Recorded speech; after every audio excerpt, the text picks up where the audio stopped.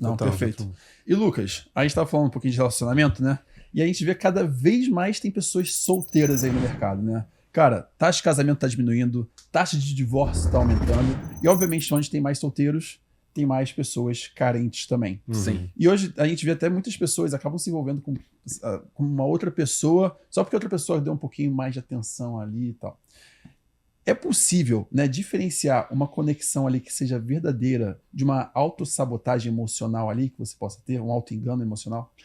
É possível, mas você precisa fazer um trabalho prévio. Eu acho que muitos solteiros, principalmente quem tá solteiro cronicamente. Tá. O que é o solteiro cronicamente? Aquela pessoa que já tá anos solteiro e ela meio que entrou na classificação de eu sou desistente. Ah, tá. Eu parei de buscar relacionamento, agora eu tô esperando Deus mandar, mas eu não tô fazendo nada pra... Que já desacreditou, né? Tô desacreditado, Mergulha entendeu? no trabalho, né?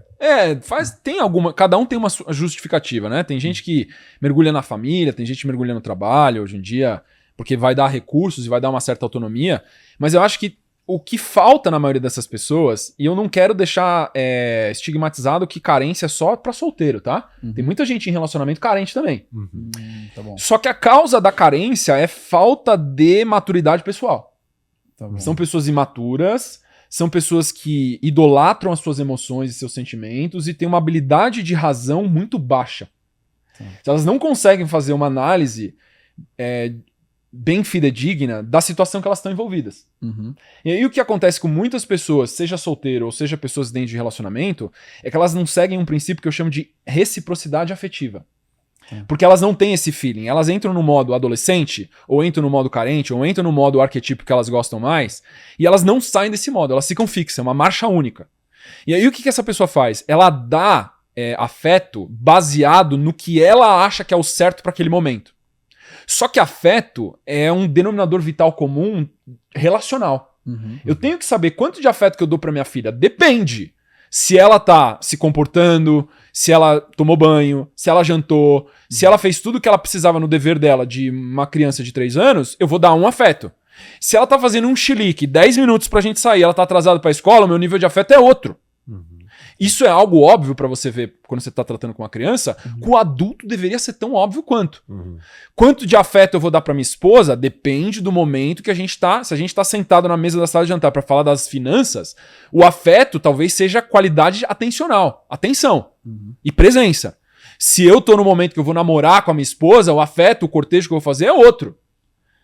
E as pessoas não fazem essa modulação.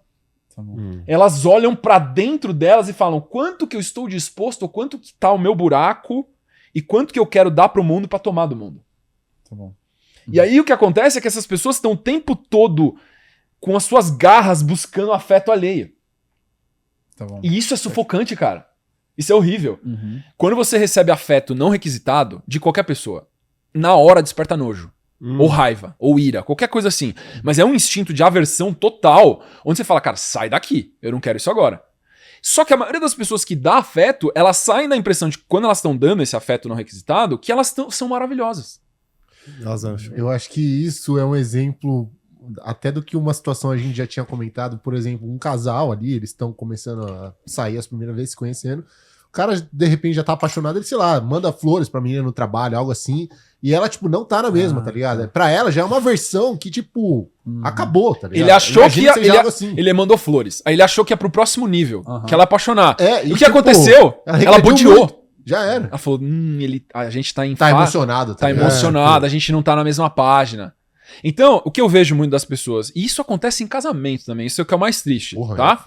Pede pra colocar coca pra Porque essa carência, ela é uma coisa que é presente, a reciprocidade afetiva. Porque a pessoa não tem o tato pra saber ler o que o outro quer de afeto, que tipo de afeto quer. Tem um livro do Gary Chapman que ficou muito famoso, chama 5 Linguagens do Amor. Sim. Que começa a rascunhar um pouco sobre isso, que é qual é a linguagem da pessoa de amor que ela recebe amor com mais facilidade. Porque às vezes eu tô fazendo algo que a minha linguagem, que pra mim é extremamente valioso, e eu tô contando vários créditos lá, nossa, fiz isso pra minha esposa, fiz aquilo pra minha esposa, e passa, sei lá, 1, 2 horas ou um dia, ela chega e fala assim, cara, tá puta comigo porque eu não fiz as coisas que são valiosas pra ela. Porque eu não falei a linguagem de amor dela.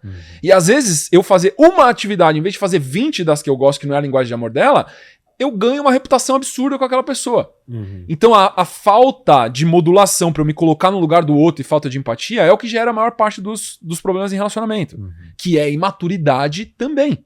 Aham. Então a incapacidade de eu focar no relacionar entre os dois e não em mim. Entendi. Porque o problema principal é o egoísmo. A pessoa é muito autocentrada. Entendi. Sempre precisa de aprovação, sempre precisa de uma palavra de conforto ali. E ela acha que a régua dela é a régua certa. Então, eu gosto de receber afeto. Obrigado. Eu gosto de receber afeto, então vou dar afeto. Quando? A hora que eu quiser. Aí eu tô, sei lá, minha esposa tá trabalhando no escritório lá, e eu chego pra ela e tô afim de dar afeto, entro lá, no meio da reunião dela, começo a dar um abraço, faço alguma coisa. A primeira dose, às vezes é até legal. Mas na hora que você persiste naquele afeto não requisitado, ele se transforma em violência.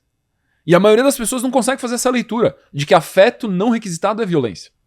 E isso é uma das principais causas de briga e de dissolução de relacionamentos. Como Caramba. ter essa leitura, então? Desse limite, onde você não tá entrando nessa violência? Aprender a olhar pra dentro de si.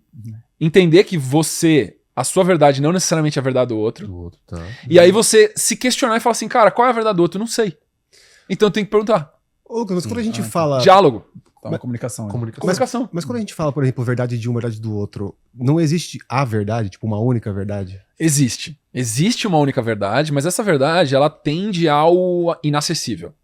Porque essa verdade com V maiúsculo, e a gente entra no terreno da filosofia e da teologia, ela é uma verdade que demanda sacrifícios absurdos, heróicos, pra gente alcançar. Mas a gente pode almejar ela. Isso significa, então, que a nossa verdade com V minúsculo é uma parcialidade dentro do que a gente entende. Tá? Então, por exemplo, afeto é uma coisa boa? Em geral é. Se o contexto estiver bem estabilizado, bem definido, o relacionamento tiver respeito e verdade, afeto vai tender a ser uma coisa boa. Mas não é absolutamente boa. Como eu acabei de dar o exemplo aqui, que afeto não requisitado se transforma em violência. Mas a gente entraria num outro braço, falar a verdade com V maiúsculo, que existe e é absoluta, mas ela é uma jornada de maturidade interior que demanda grandes sacrifícios, que não é o foco principal, por exemplo, da jornada de dinâmica de relacionamento. Entendi. Se você gostou desse vídeo e quer assistir mais uma viagem nossa, clica aqui desse lado ou desse para você assistir mais uma trip nossa.